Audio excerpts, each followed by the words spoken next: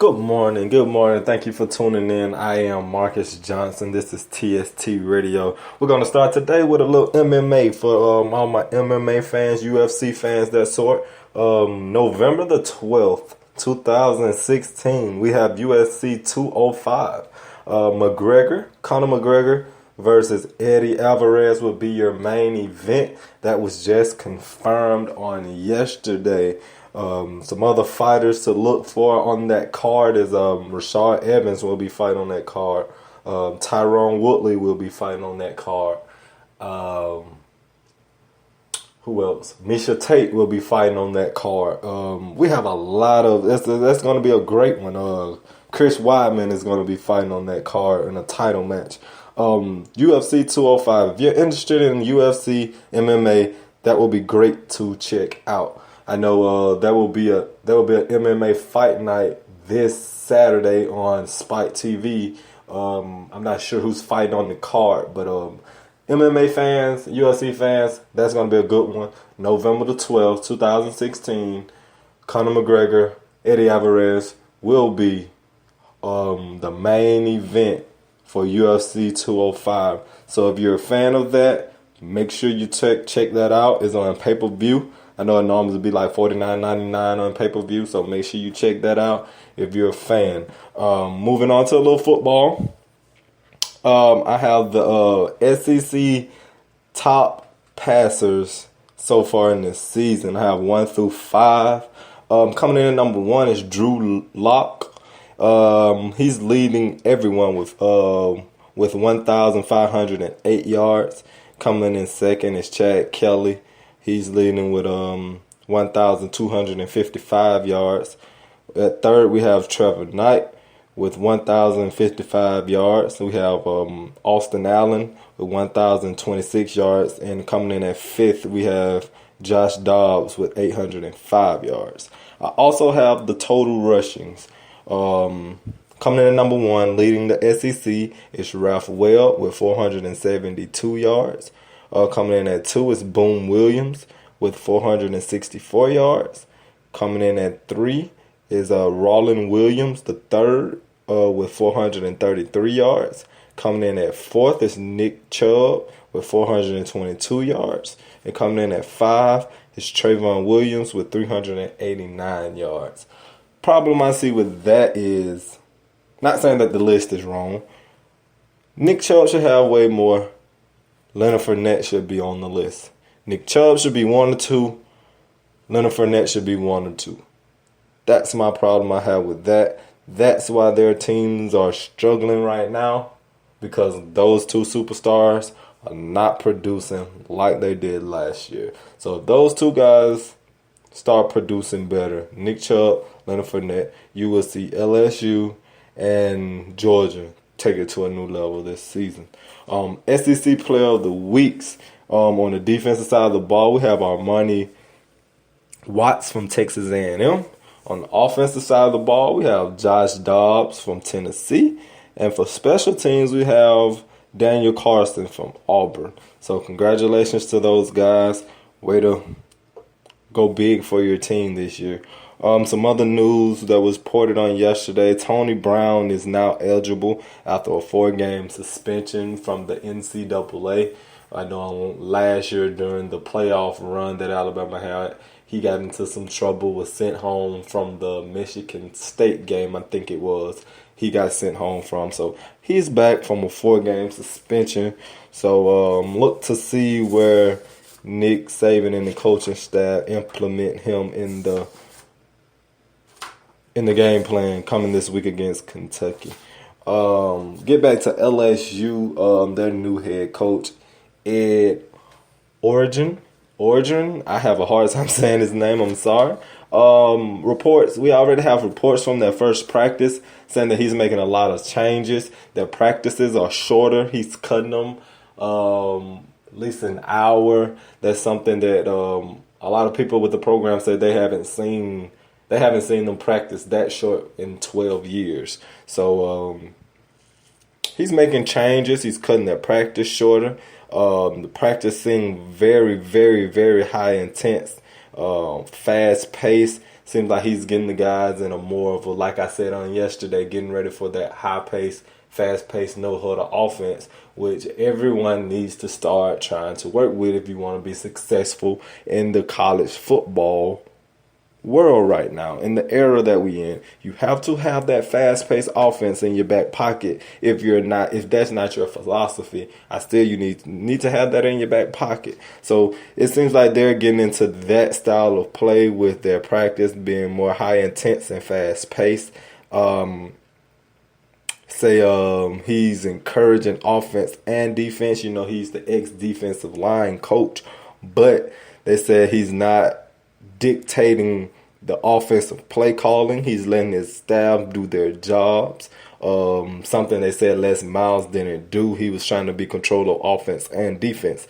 Saying he's very encouraging to the offense and the defense. Said the players are moving around quicker from drill to drill. That's something they didn't see in the fall practice with Les Miles being in charge. So those are some changes.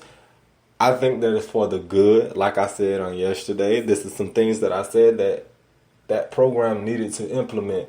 I thought that Les Miles could have made those changes also, but he didn't. I took up for Les Miles yesterday. I still stand by my word on yesterday. But this is something good. I see the program is moving in a good direction without Les Miles already. So you can't knock that. I can't knock that. I can't talk bad about what he's doing with the program if it's what Les Miles should have been doing with the program. Put it like that. Now we'll see how they implement that into the game, with the game speed, with game time situations. How will they be able to respond off this short week with implement a new style in their offense? So we will see how that work out.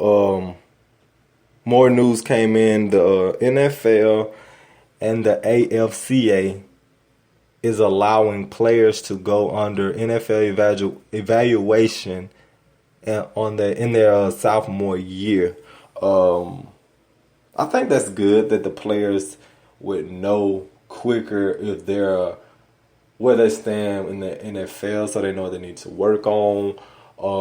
So I know I see a lot of players coming out, going into the draft, not really knowing their status in the draft, and then they don't get drafted, and then it's, so I think it's something good. It says starting February, each NCAA team will designate a max of 5 underclassmen who may apply for eligibility for the 2018 draft. So the coaches will kind of pick who's those underclassmen that's progressing and they feel like can step to that next level with no problem and make it in the NFL. I think it's good that they're letting the coaches pick, because I know most players have a good sophomore year, like just say like Calvin Ridley did. They'll come out of college, try to go to the NFL, but you might not get picked. So this is good that the coaches are picking the players that they think that made that step and progress in their game to transfer from college to the NFL level. So that's something good, I think. Jumping into high school, some more. We have some rival games once again in high school football. We have Park Crossing and Carver this week.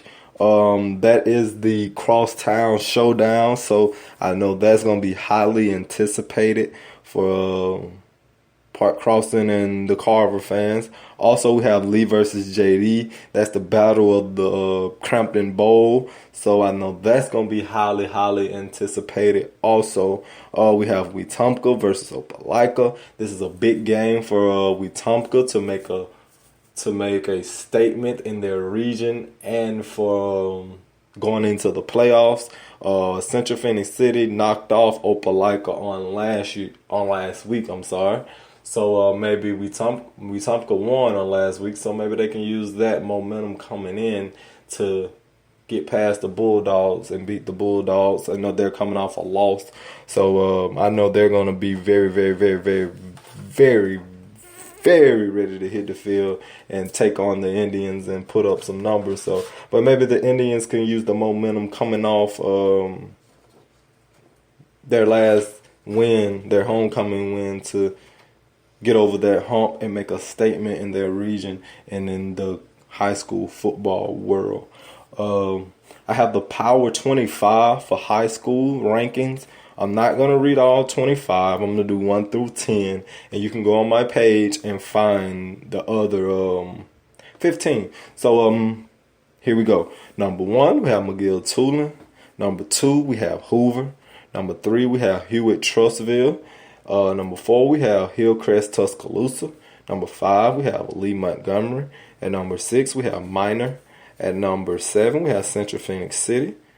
Number 8, we have Opelika. Opelika dropped to 8 after losing to Central Phoenix City. Number 9, we have Blunt. Number 10, we have Spanish Fort. Like I said, you can find the rest on that of that list on my page at True Sports Talk Radio on Facebook and on Twitter at True Sports Talk. So you can go there and find the rest of that list. Last but not least, before we go, I know I told you earlier, I am in a lot of sports groups on Facebook.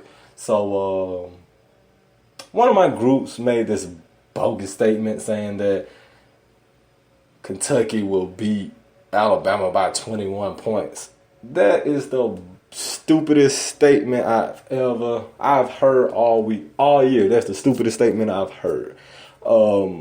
That's just stupid. You could have said Ole Miss. What, Kentucky? You think Kentucky's gonna beat Alabama? To you people in that group that made that assumption, I will bet each one of you any amount of money that you want this week Alabama beat that Kentucky might not even score. They might not score over 14 points on Alabama. So if you believe in what you said, holler at me. You know where to find me. My Facebook, my personal Facebook is Marcus Darrell Johnson. You can also find me on my business page. You can hit me up on my inbox, email, True Sports Talk Radio on Facebook. So if you want to make that bet, hit me up. I'm down. But moving on, we have our weekly poll from the Sports Trash Talk group that I am in. Shout out to my boy Chuck. Octavius, y'all committee is doing a great job with these rankings. I have their top 10 right here. So here we go. Number 1, we have Alabama. They are coming back from last week. They were listed at number 2 on this poll. So they're back at the number 1 spot. Number 2, we have Ohio State. Number 3, we have Louisville. Number 4, we have Michigan. Number 5, we have Houston. Number 6, we have Clemson. Number 7, we have Texas A&M. At number 8, we have Wisconsin. At number 9, we have Stanford. At number 10, we have Tennessee. And we remind you, this is not the AP poll. This is the poll that from a group that I am in. We have a committee within that group that comes up with these polls. We have Clemson and Louisville playing this weekend, so I know there will be some changes within the top 10 on our the Sports Trash Talk group poll. So stay tuned for that. I will be telling you that list again on next week whenever it come out. Another thing tonight, make sure you come out to Lagoon Park, slow pitch. Co-ed softball will be going on. I will be there doing highlights or whatever. So come out, watch some great softball. If you're interested in slow pitch softball, come out, watch some great softball. There's great competition out there. Great concessions, food. Come out, have some fun tonight. Represent. I know there's some people out there, come out there, represent.